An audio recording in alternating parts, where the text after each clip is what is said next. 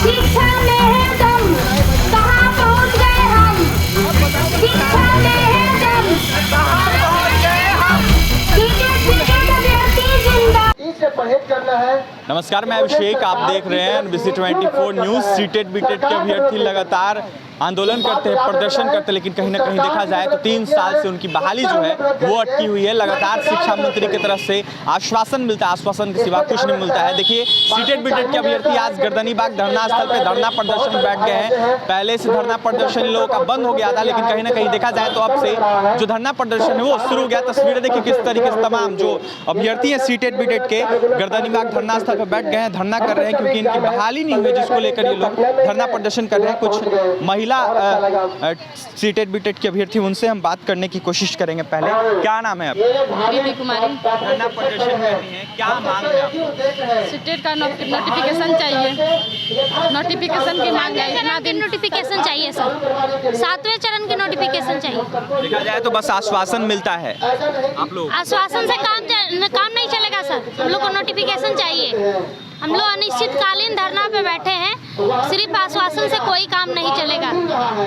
जब तक वो हम लोग को लिखित रूप में ये नहीं दे दिया जाता है कि हाँ हम आप लोग को इस तारीख से फॉर्म भरवा रहे हैं, नोटिफिकेशन नहीं दिया जाता है, तब तक हम लोग इस धरने से नहीं उठेंगे सर।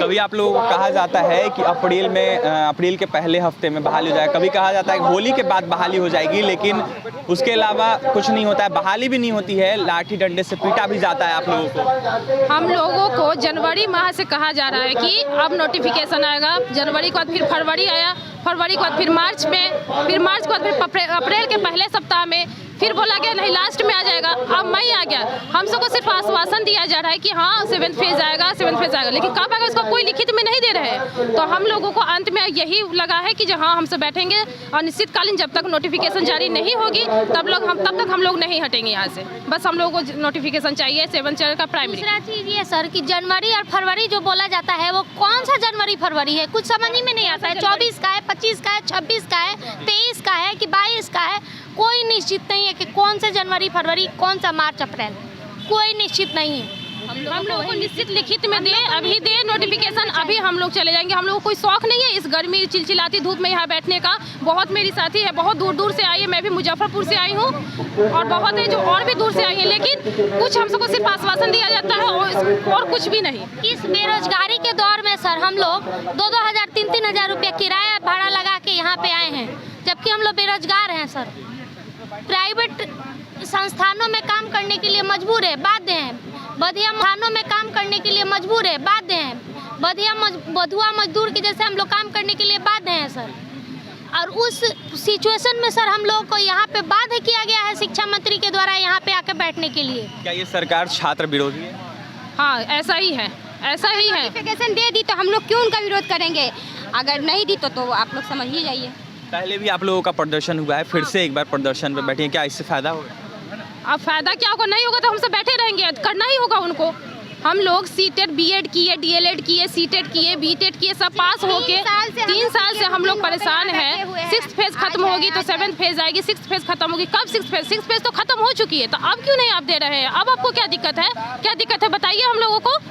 हम लोग किसी का हक नहीं ना छीन रहे हैं, हमारा जो अधिकार है वो मांग रहे हैं तो उनको देना चाहिए ना। बताइए इस समय में इतने मेरे भाई बहन हैं सब बैठे हुए, ऐसा तो किसी के पास नहीं, सबके पास काम रहता है, लेकिन सब अपना काम छोड़ के अपने भविष्य के लिए है, पर उन लोग को तो सुनाई ही नहीं दे रहा है। इस बार सोच लिया गया है कि जब तक वो लोग हट देंगे नहीं हम लोग जाएंगे नहीं, अब वो भी सुन ले। बिल्कुल देख सकते हैं जो नारे हैं वो लग रहे हैं, शिक्षा मंत्री होश में आओ, आश्वासन नहीं विज्ञापन चाहिए। देखिए तमाम जो अभ्यर्थी हैं लगातार कह रहे हैं कि 7वें चरण की जो बहाली है वो होनी चाहिए, लेकिन कहीं ना कहीं देखा जाए तो शिक्षा मंत्री की तरफ से बस आश्वासन मिलता है।